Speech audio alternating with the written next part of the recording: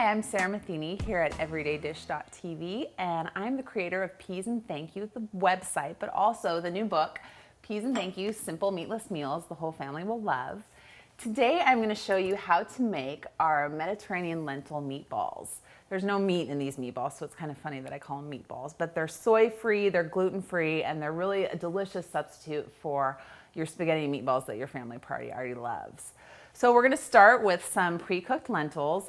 I buy these pre-cooked because I'm lazy. You can cook your own. If you do that, you want to make sure not to overcook them because your meatballs will just turn into mush. But these I just buy in the refrigerator case, and it makes it really simple if I want to whip these up on a weeknight. So I'm going to add these to a food processor. You could also use, if you have a high-speed blender, you could also use that. I tend to do that a lot as well. So you add your lentils, and I've got some oat flour. I use gluten-free oats to make my own, so I can make sure that these are gluten-free.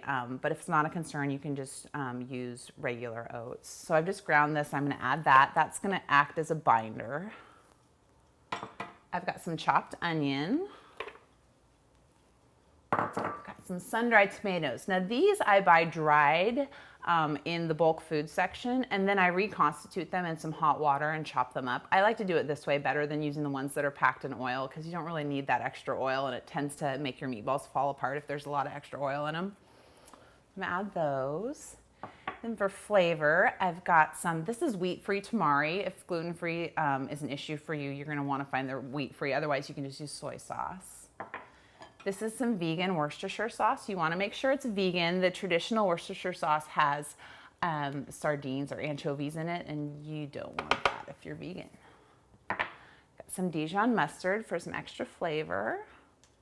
The thing I like about these meatballs is that they use things you already have in your pantry. So we've got garlic.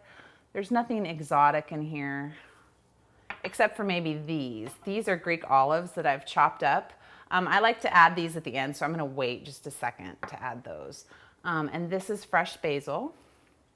So once you get it all in there, put the lid to your food processor on, and then just pulse it lightly a few times so it comes together. You don't want to do it too much or you'll end up with a dip, which doesn't work for meatballs.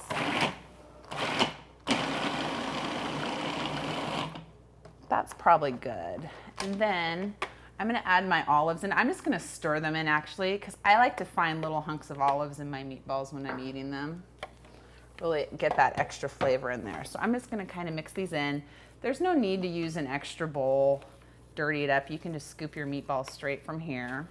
And you'll see the consistency here is chunky. It's not creamy or smooth, although that would be delicious if you wanted to pull out a bag of chips. But for the meatballs, this is the consistency we're looking for.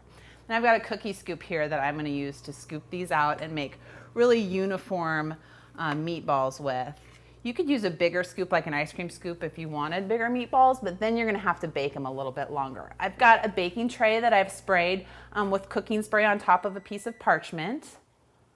And I'm just going to scoop a nice round ball there.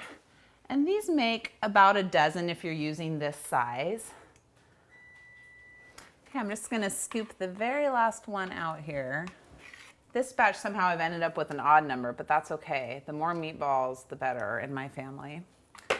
So then I'm gonna stick them in the oven. I've already preheated it at 350, and we're gonna stick them in.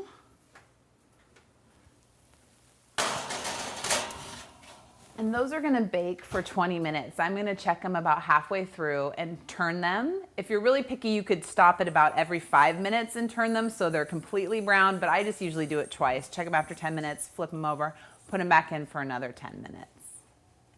Okay, so it's been 10 minutes and I'm gonna take the meatballs out. And I'm just gonna flip them over. You'll see, I just use my fingers because I'm tough like that. And they're a little bit brown on the outside and they're starting to firm up nicely. So I'm just gonna flip them over so they get evenly cooked all the way around. They're not gonna stay perfectly round, but they're pretty close.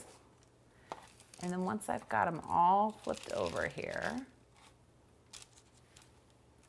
I'm gonna stick them back in the oven. And we're gonna do it for about another 10 minutes, and then they'll be finished and ready to eat. So it's been 10 minutes. I'm gonna take the meatballs out now.